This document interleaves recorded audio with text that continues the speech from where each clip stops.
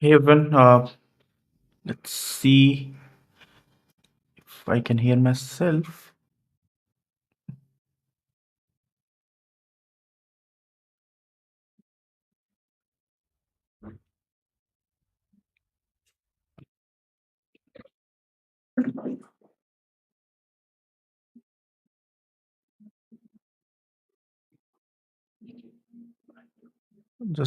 I'm just verifying my voice, so just hang on for a second.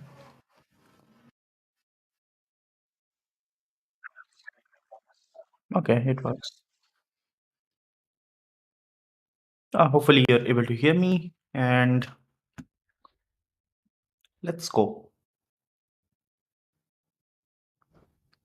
Where is the speaker?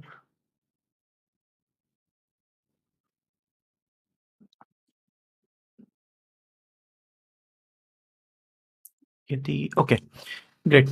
So yesterday, not yesterday, but yeah, on Saturday, we worked on our login form. We spoke about little bit about Forms API. We did some validations, nice validation using Angular material. We added some control level error messages so to make our users' life easier. And then we said, yeah, we'll move forward. We'll add few more functionality to it. And meanwhile, I got one pull request. So while doing one of my streams, I said, "Hey, I am not that good doing CSS. So in case someone knows how to do it, please raise a PR." And Matthew, I think Matthew Swester, so he opened a PR to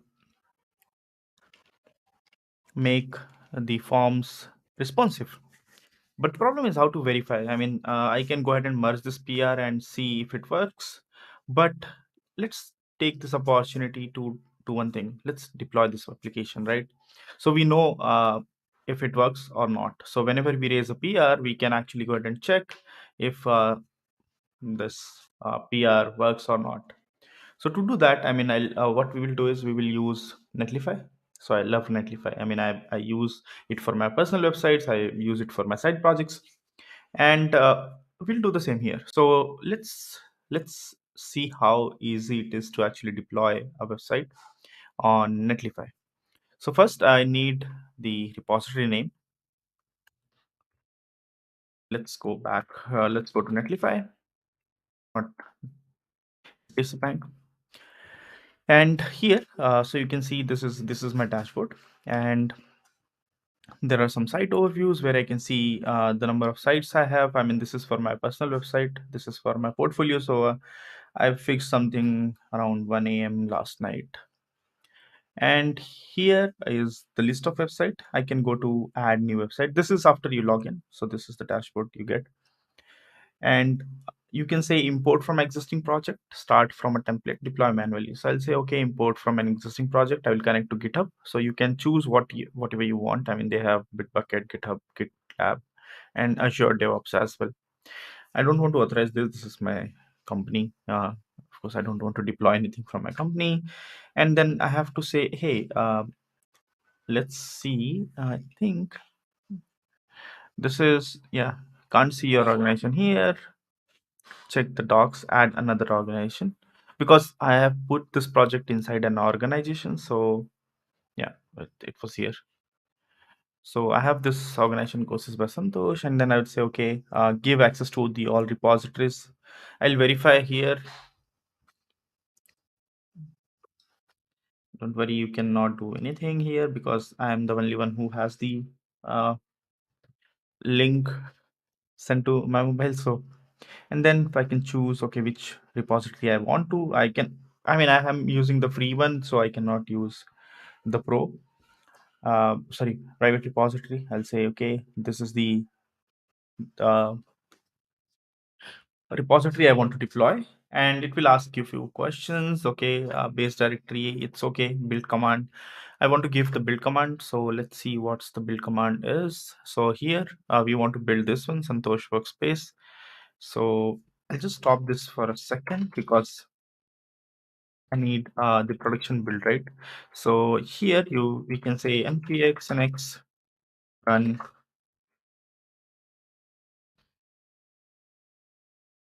post workspace, or you can actually do it from here as well. So you can say build um, and build production. So this is the command which we have to run. So we'll say, okay, this is what we want to do, publish directory. So this is where the all bundled files will be kept.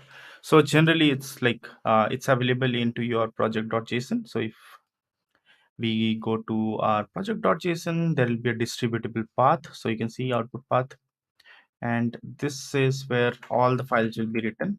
So I'll say, okay, this is the publish directory. And after this, I can just say deploy. That's it. This is the effort you have to make to deploy your website, any front-end website. You don't have to do much. And it says, okay, it's deploy is in progress. And then good thing about Netlify is whenever you raise a PR, you will get a preview. So here you can see the deploy previews. And every time you open a pull request or push new changes to a branch, Netlify automatically builds a preview with a unique URL. So you don't have to struggle much. So let's see, it's still building. I'll see. And it's building here as well because I just wanted to make sure that there is no error. And always deploy, always build in production. I think that's sorry, this is default as well. So production build is default. Open production deploy. Yep. So this is the main branch. I mean, if you're wondering what happened to our app which we have built so far, because we have kept our main branch as it is, we haven't done anything on that code. We are just creating a new branch every time, so it becomes easier for everyone to follow through all the code which we are writing. And now we can go to feature, and let's see if we can mhm, uh, deploy manually. I'm just looking at the option clear cache. No. And I can deploy a site from here. Let's see. Cancel deploy. I just want to deploy a specific branch. Environment variable, build configuration, change branch and deploy context, configuration tool, any pull request against a production branch. It's okay, but right now I already have a PR, so how to do that? Because I'm not seeing one here.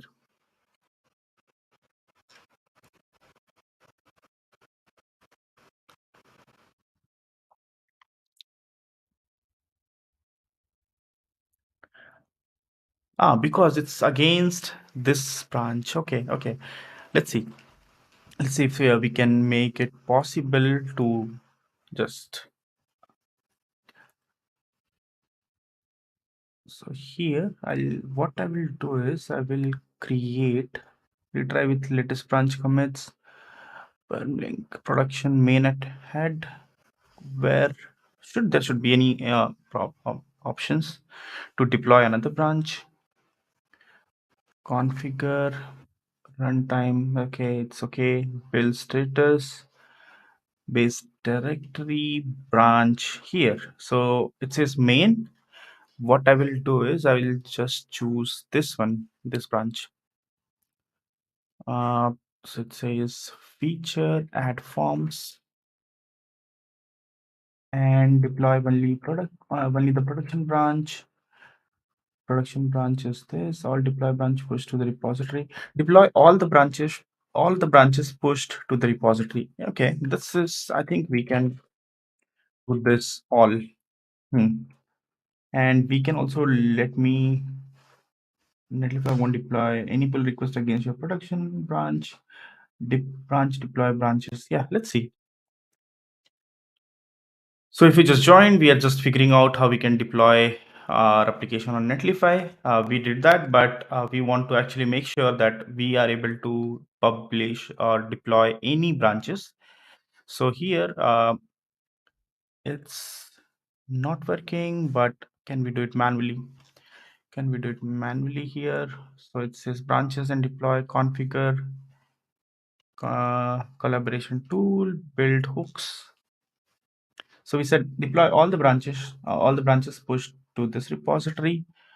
And let's see, site overview, deploys, and I'm just checking if, no. So I just wanted to check if it has triggered any build for all the branches, but there is none. Let's go back to site overview, site configuration, build and deploy. So we have this. Hmm, let's change our branch. Let's make it this one. So it's okay. Go ahead and deploy this branch, save, and let's see what happens. And I will just say trigger, because now it will check, it will take this one, this branch, feature at forms, and then it should be able to deploy a preview for our branch. Let's see.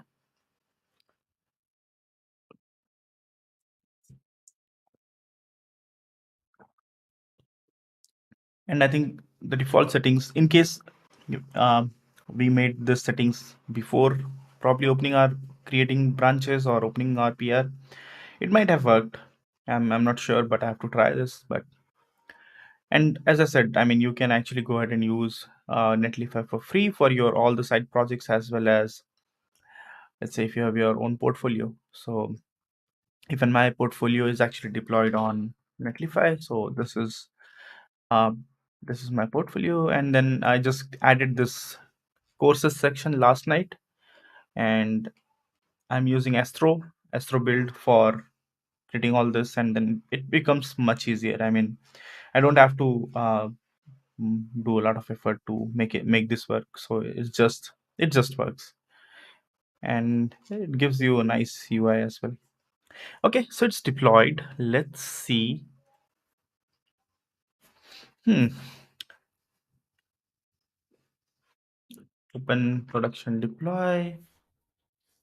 And yeah, this is the branch which is deployed. And let's see if it reruns. No.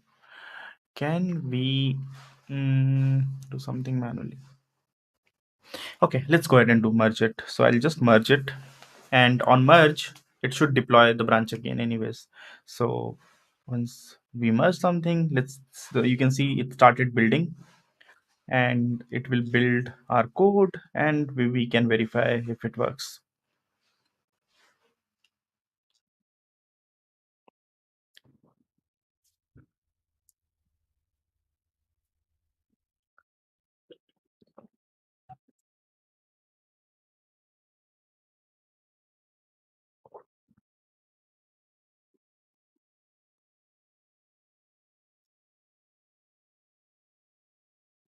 Building. Okay, so complete. uh, we can go here, deploys from this, and this is the website. And let's see. So back to our site, all products. Okay, yeah, nice. So you can see it works, right? So this is what I was asking for.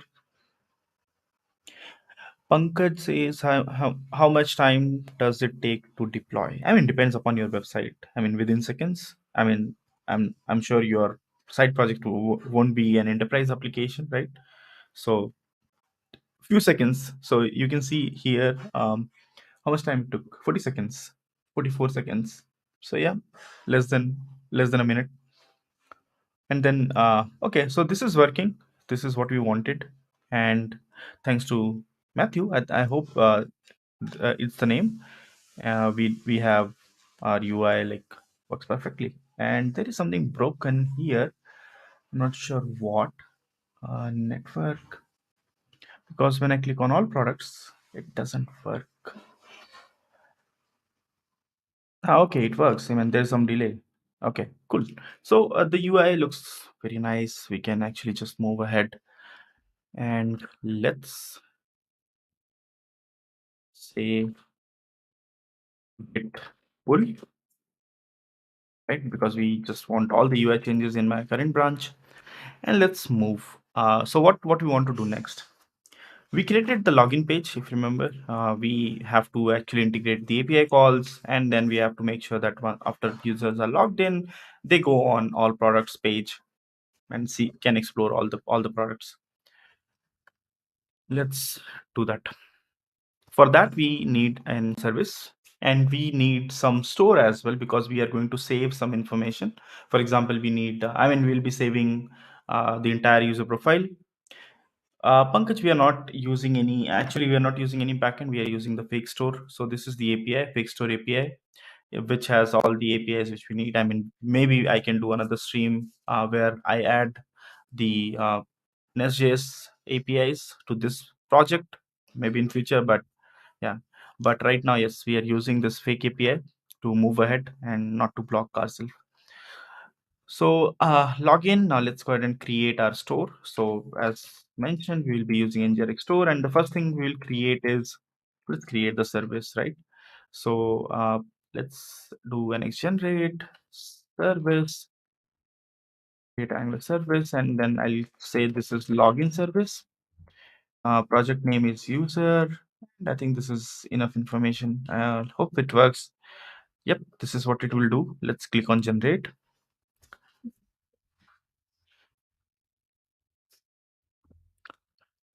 Okay, so it created it outside. Let's move it to our store folder.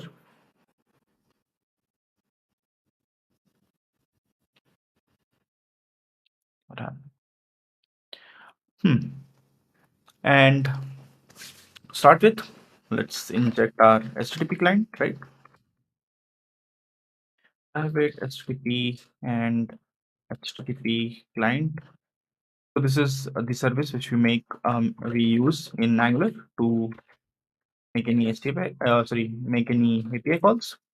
And what we want to make is a post call to login API. So it needs username and password, and this is the username and password. So it's available because it's a fake API, right? Now let's import HTTP, and then I'll say, okay, this is login username and password, and then it says look http.post. This is the login API. So I'll say, okay, this is my login API, and then I have to post username and password. Yeah, I think it's okay.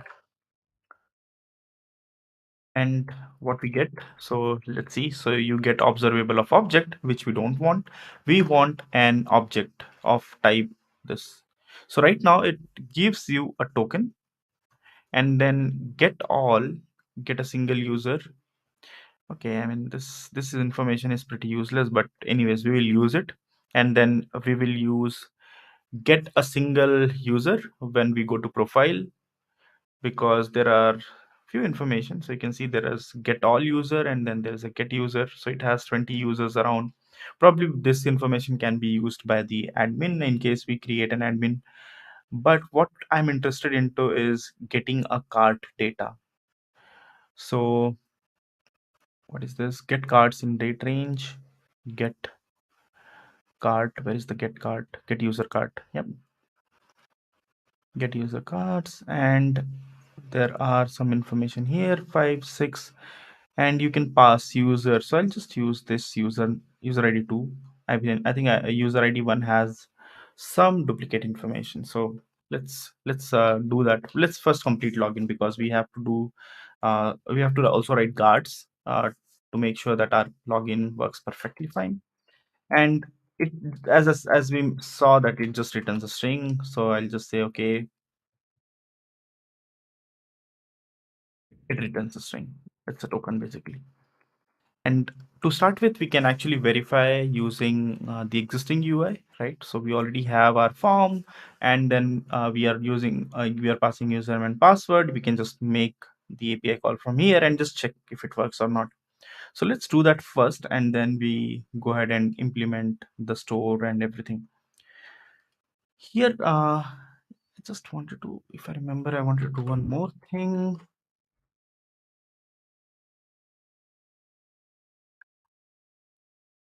Hmm. Control extends. Yeah. So I just wanted to do one more thing. We'll see this anyways, but let's see. We can actually create typed forms.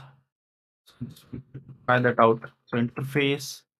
I'll say this is login info.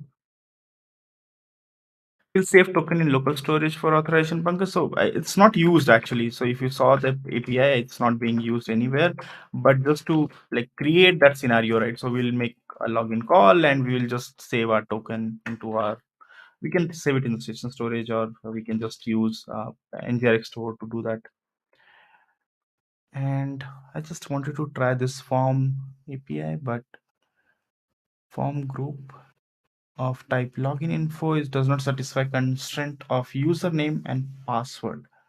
Okay, so it says type string is not assignable. Okay, so it's form control. That's why.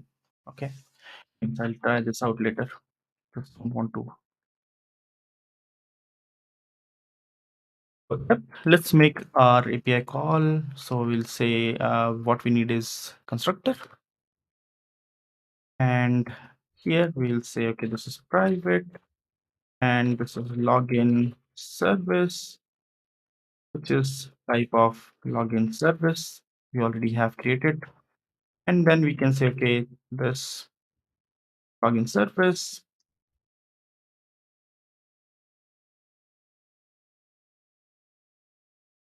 and it says string null identified is not assignable to type string because value.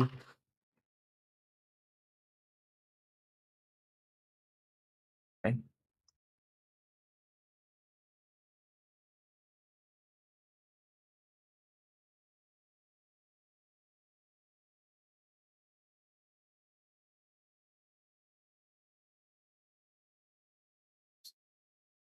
nothing here. Username is okay, but the password is okay, but username string null password.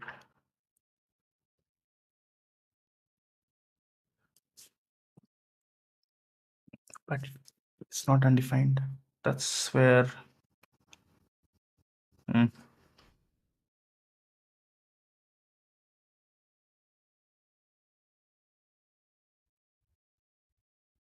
okay. Let's start login from but get no value. So it says its username in string or null. Okay. So what we can do here is actually make this as type string, and let's see, string or null, but I'm saying this is string username of type string or null. Okay, by default it is null.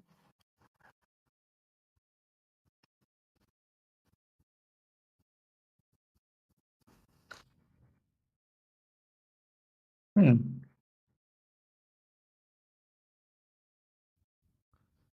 So when I'm saying this is string, it says it's type string or null. That's interesting.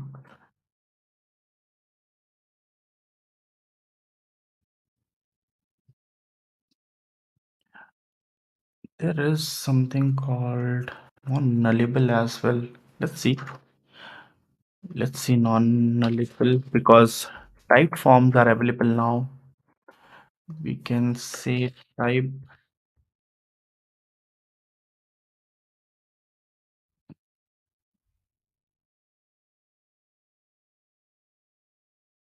Hmm, type forms. So we generally define form group like this, and then this is okay. Untyped form group is like this, and new form control email dot value. It's null.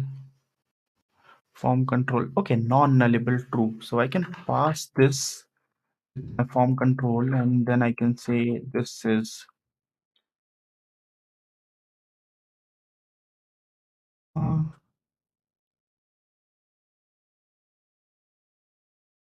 non-nullable true, and I think this will change now.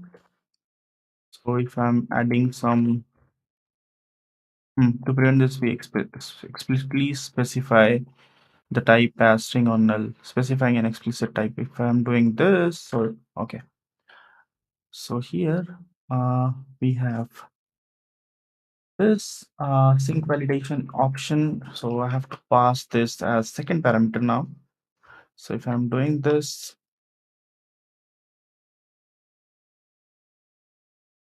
validators, and then I have to pass this array.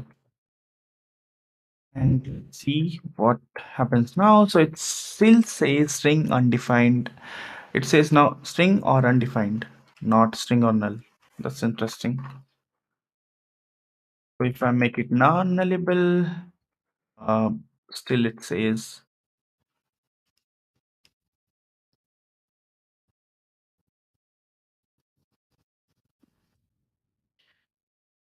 Okay. So right now I'll just make it this. Yeah, this is good. So we have, so if you don't want to accept not nullable values, we can say non-nullable, and then it becomes string and undefined. And right now I'm just making an hack. See, and let's go back to our application. Let's take the username and password, which is here. So we have login. This is my username.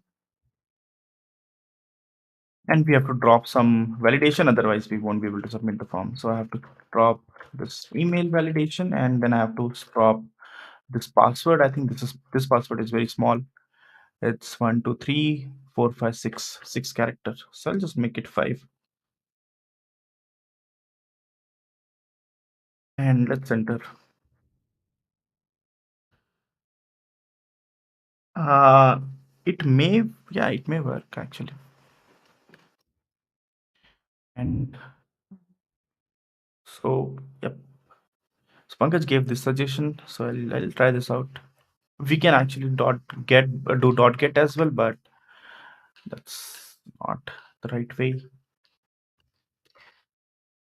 I mean, if I password should be 8 character. I mean, I changed it. Why?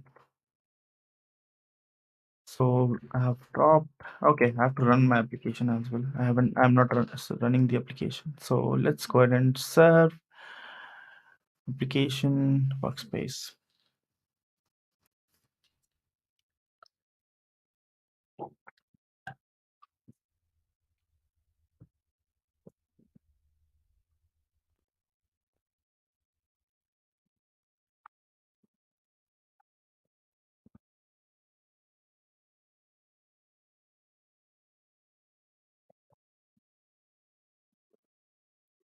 Let's refresh. Ah, okay. This is not my local website. That's how it was working. So I was just accessing the prod one. Okay, anyways, testing on prod.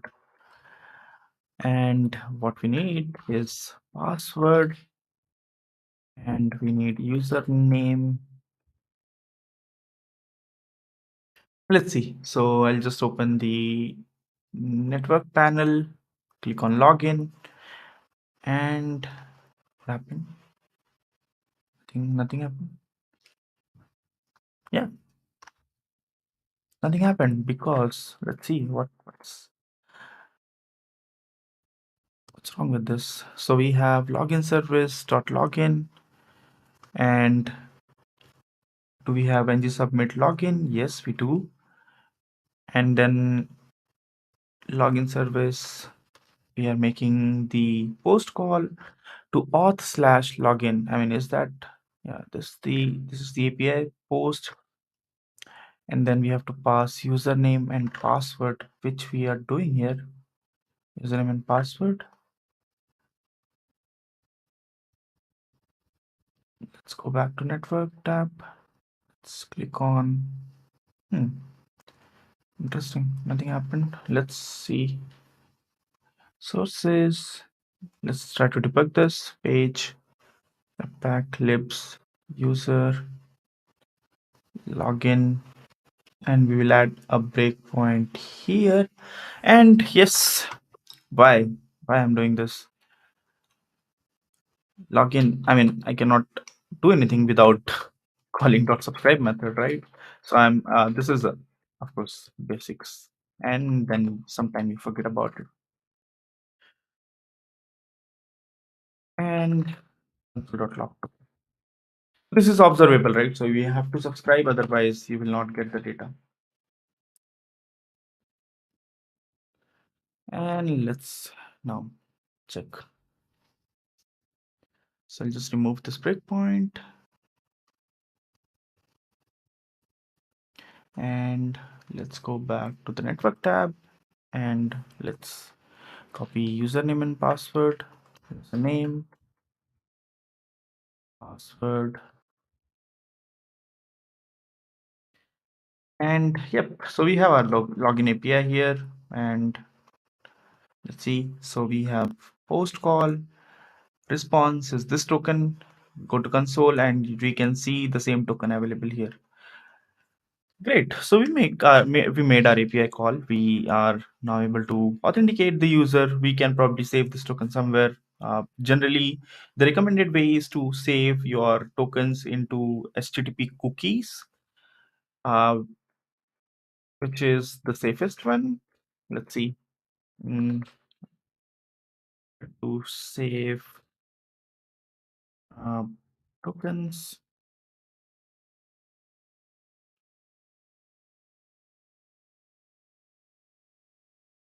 local HTTP only cookie. So this is recommended. Local storage is okay. I mean, still, someone can probably hack it, but HTTP cookie is the safest one. So HTTP only cookies are not accessible on the client side and cannot read data stored in these cookies, but your server can. So that's the thing. But yeah, in our case, it's okay. We can just use local storage, and then it works.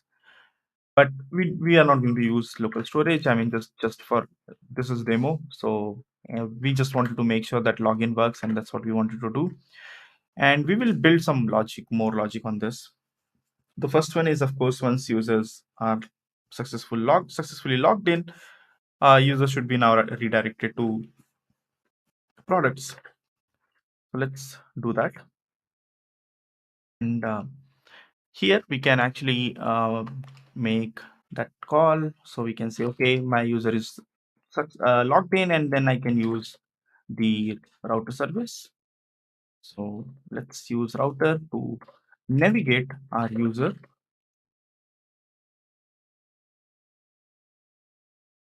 This dot router dot navigate, and then we can choose the existing route, which is, what's this, product? Yeah, product.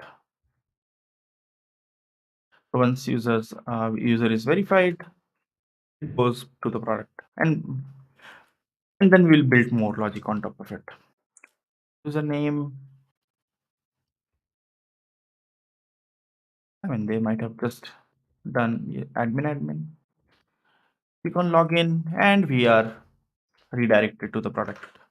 So, but there is one problem, right? So right now, all this product is actually accessible without even logging in, which is okay. I mean, in e-commerce websites, we actually get all the products. We can see it.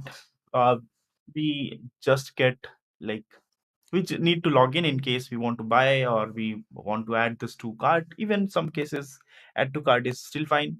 Uh, Most of the websites now generate a temporary username, and then they just map this data to that username. And then once you try to buy now, or you do checkout, you have to log in. So, but we are just like learning about Angular, right? So let's do one thing. In our case, users should not be able to access products without logging in. So it means we have to create some guards, and that's why I actually talked about this scenario. So let's write some guards where users won't be able to access any of the routes until unless they are logged in. So they should log in, otherwise there is nothing for you. So we will make some changes. We'll do one thing. We will go to our login service and we will add one more parameter. So I'll say, okay, this is my is logged in flag, which is, let's say, false. And once, should we do it here? Yeah, that's fine. And once users are logged in, I will say this dot is logged in is true. So it becomes a valid user. That's what we are doing. I mean, a very simple logic. Generally, I try to like keep the logic very simple so it's easy to understand what we are doing, because this information can be anywhere, right? I mean, in case you are creating an enterprise application, of course this will be your tokens, so you have to check your tokens if the users are actually valid users, but it can be a flag, right? That's what I'm trying to say. So here we have to add our guard, and based on that guard we will decide whether user should be able to access it or not. So remove this and let's put our guard, and we will create this guard inside users. I mean, because it makes more sense because it's related to the login. So here let's create our login dot guard dot ps.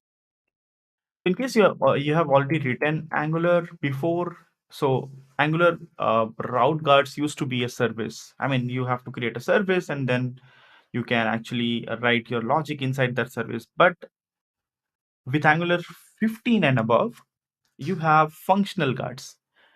What do you mean by functional guards? So functional guards are actually not class. You can just create a function and use them as a guard. Yes, that's possible now.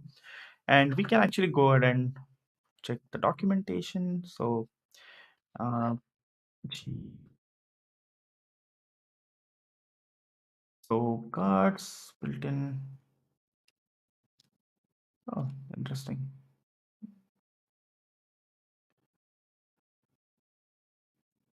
I was just looking for the first link, but it somehow it's there. And just search for functional and its functionality, and it says, okay, let's see the examples, what they have. I'm just curious. I mean, whether we are seeing functional cards here or we are just seeing the class-based card. So resolve, prefetching. Yeah, so they have, so all the examples you can see in the docs as well is actually changed to use functional cards now. That's interesting. And where is this? Min can activate, get the admin feature.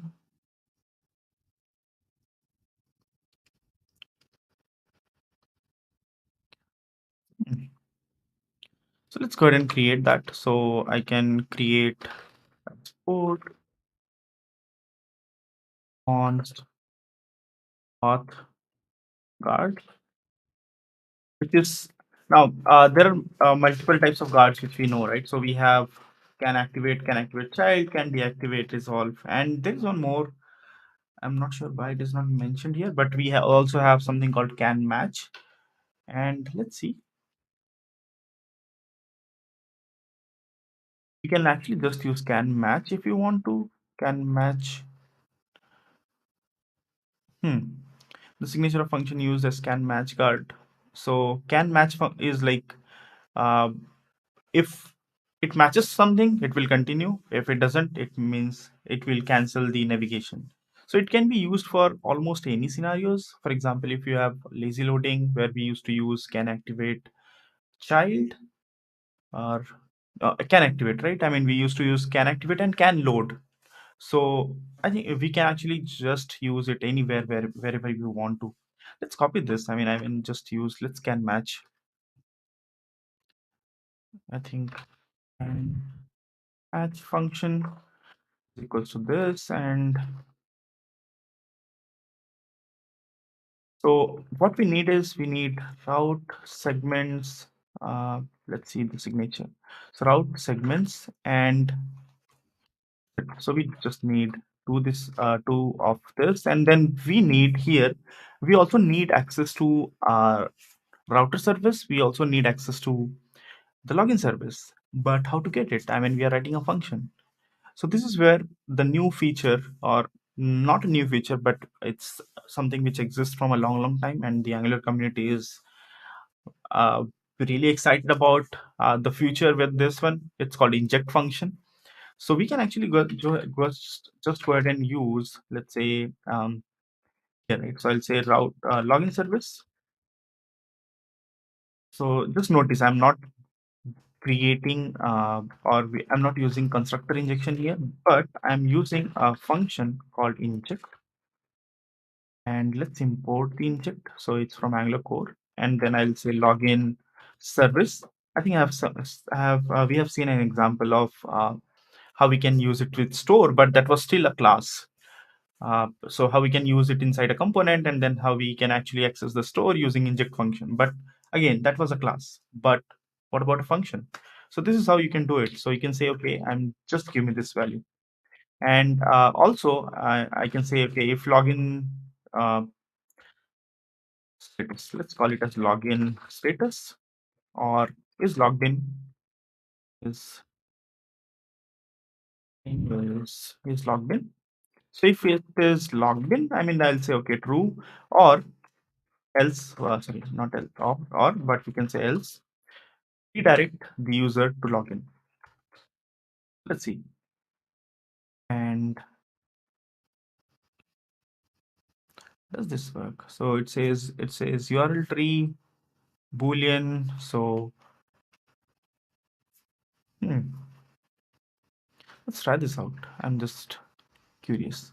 So it says it's not assignable to type can match. Yeah, because it returns this one. If I return false,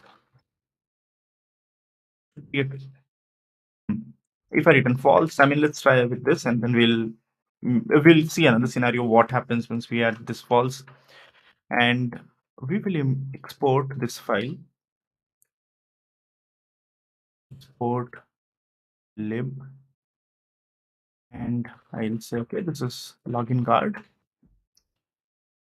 And by the way, I mean, this brings me to another another topic, because there is a discussion which is going on whether we should deprecate the class-based cards.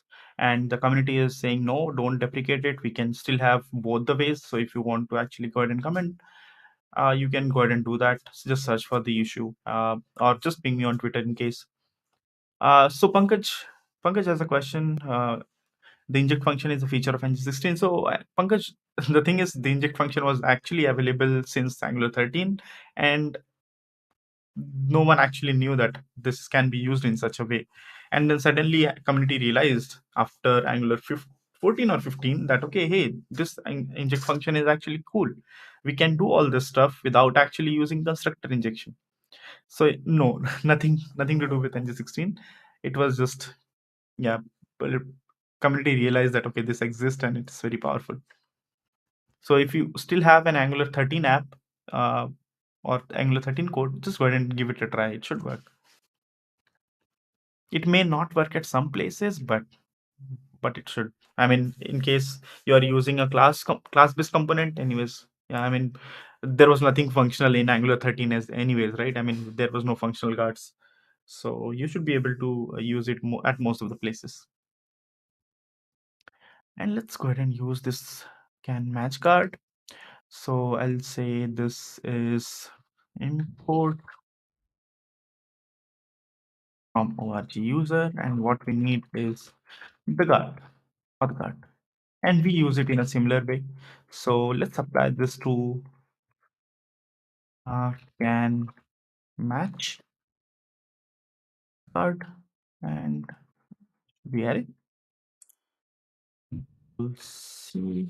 I'll just apply it here. We have to move this both into its own router functionality. I mean, we haven't done that so far. Card, and yep, that's it. Let's see.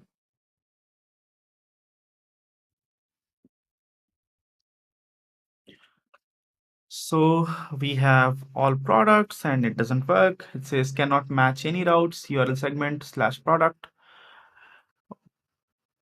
And why everything broke? I cannot access it.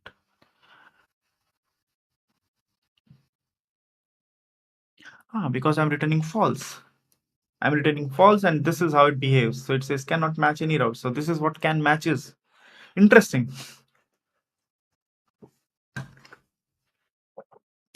So it does not match to any route. So in can match, or we could have used can activate. But here, rather than actually returning false, what I can also do is we can say const router and inject the router service, which is coming from Angular router, and we can say router dot navigate and login. So let's see how it behaves once we pass this rather than actually just passing false, because it says, I mean, you can see already it worked. I just wanted to like verify what can match actually does in this case when we return false. So it in can match, you can actually like either return true that okay everything is fine, or you can return a URL which should match to an existing URL or any URL which is configured by us. So in this case, login was actually configured. So you can see it goes to login even if I say 4,000 product, and you can say it redirects back to login.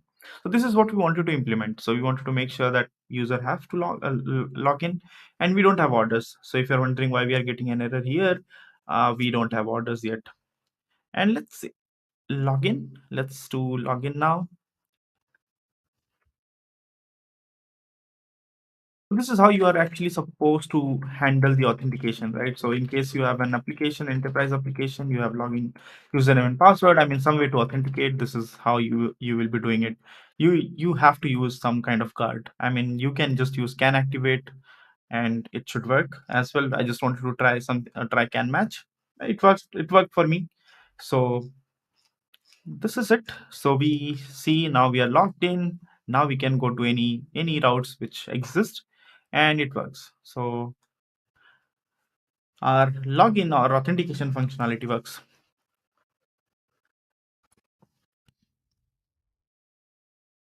And what we have 12 minutes. So what we can do is we can actually just add few more things before we join for next stream tomorrow, same time. So what should I do? What should we do? Yeah.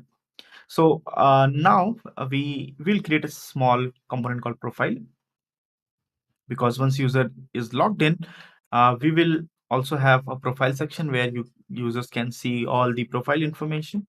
So let's go ahead and create that component, and then probably we'll end for the today. And let's go ahead and create an exchange rate. I'll say, okay, hey, this is component, generate an Angular component, and this this is service. Why I don't see a component? An exchange rate,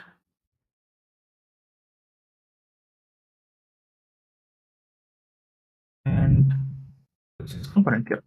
And what we need is profile user, and I want this to export, and now it works. So I think after my last update, my NX console is working fine. It's not giving me any issue, but I was struggling for the last 7 streams. So we got this profile component, which is standalone, and what else we need is we need way to access this profile information. And to do that, what we can do is here, let's go back to material. Material has something known as icons. This one, badges. No, this is badge. Let's see, icon.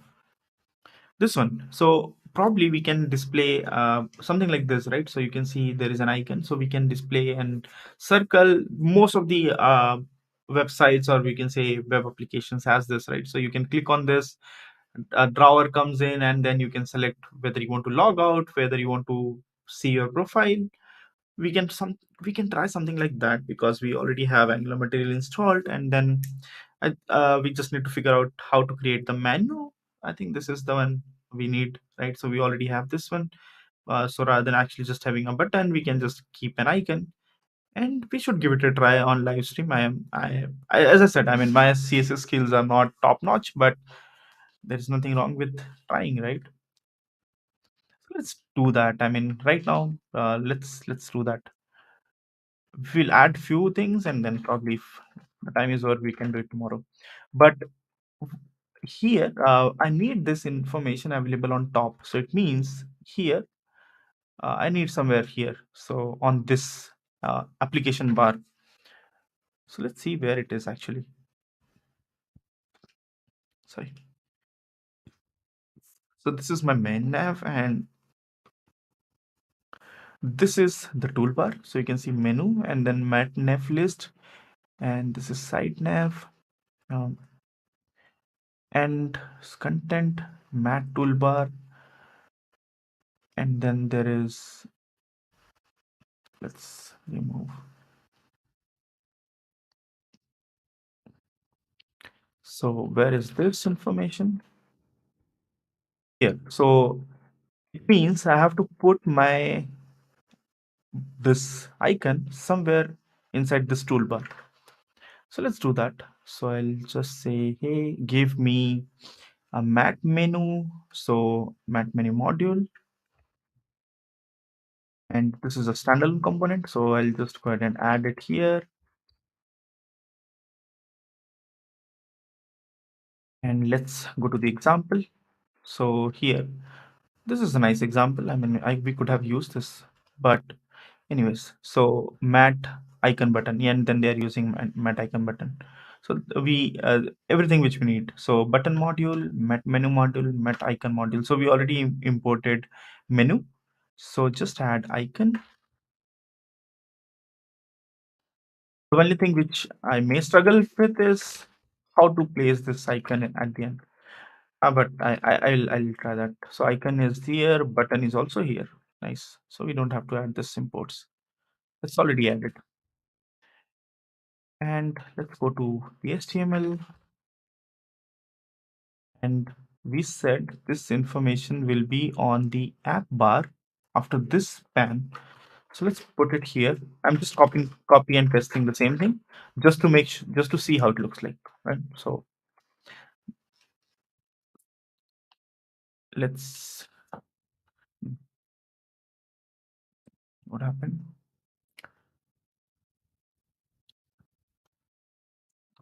Okay. Oh, so I stopped serving again.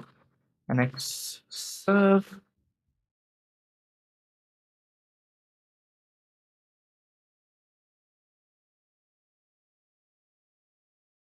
So now at least we should be able to see a small icon. I mean, the same way, same as this small icon, redial and disable alerts. And then we can change it to profile and log out.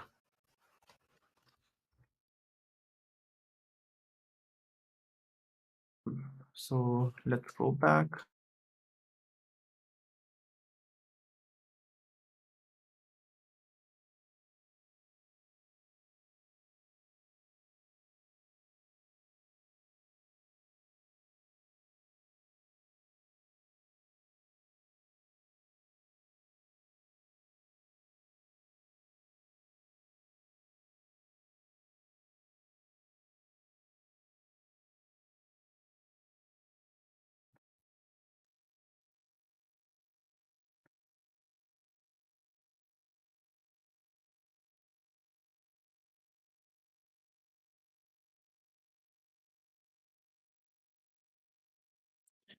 Okay, interesting.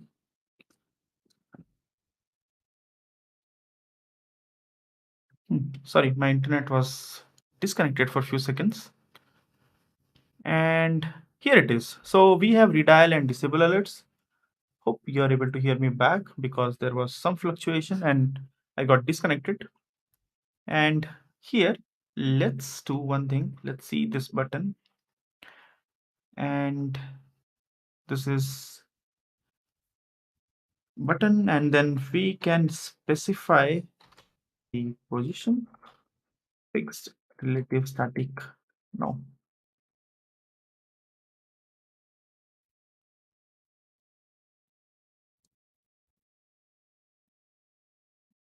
Yes, I'm back right now. Hope you are able to see me now.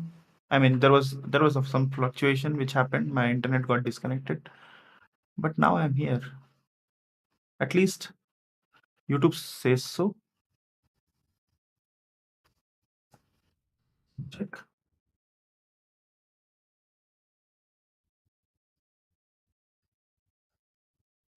Yeah, I'm online. Yeah, so you should be able to see me now. And here, so now we can actually see padding. Let's see padding. This is right. Right.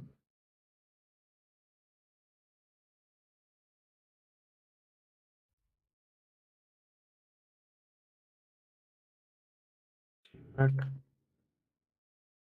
Hmm.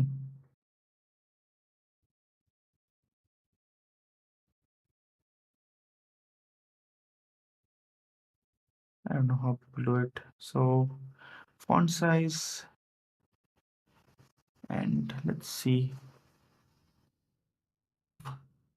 button to right.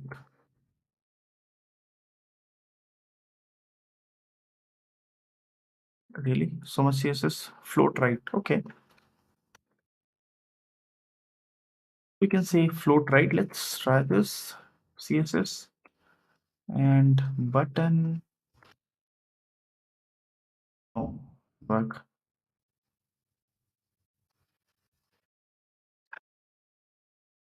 We'll try adding here. No. So float right doesn't work here as well. Icon button. No. Here. No.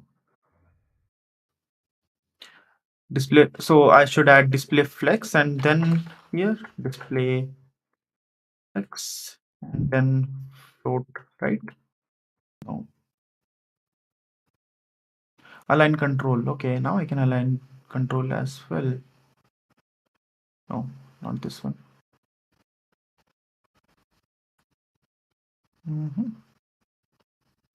And justify content. Good. I'm learning CSS. Justify content. This is what I need. Justify content and okay. Oh, flex and start and set.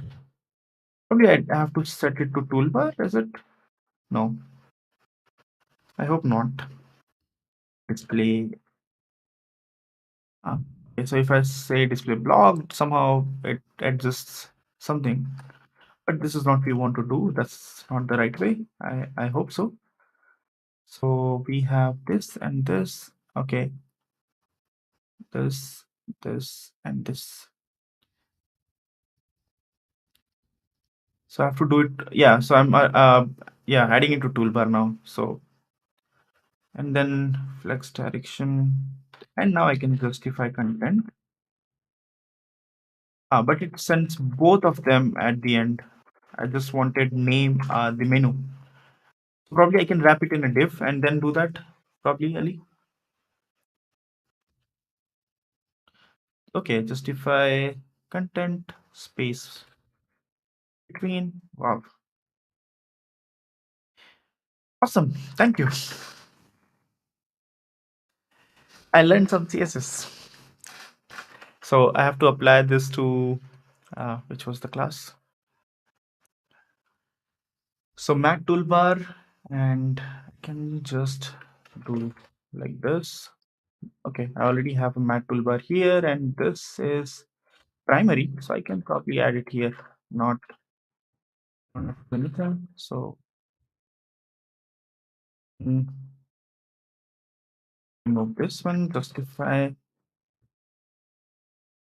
my document, configure, DTR, save. I mean, I never invested much time actually learning CSS for some reason. I don't know. So yeah, this is nice. Yay! I'm proud of myself, and thank you so much. Thank you, Pankaj and Ali. So here now, actually, after login, what we can do is we can make this enabled. I mean, we can just have this only in case the user is logged in, and then we can show a profile section, and we can show one logout section, and we can remove these existing ones for sure. So yeah, this is it for today, and then we will continue tomorrow by adding this, and then we'll create a form for profile. So we'll show display the profile information. Probably we'll use accordion. I think they have accordion here. No, they don't, but I think they may have something which probably we can use, not the tabs. No, not tab. Snack bar, stepper, ripple, pagination, grid list. Okay, this is not what we need. Dialog, let picker, core. What is this core? Okay, chips, simple card, bottom sheet. CDK. Yeah, we have accordion in CDK. Probably we'll use this one to display profile information. So we can have a section saying address. We can have some section saying personal details, and yeah, uh, so we can do that using accordion tomorrow. So thanks again. Thanks, Ali. Thanks, Pankaj, for helping here. And we'll continue tomorrow. Thanks. Bye bye. Have a good night.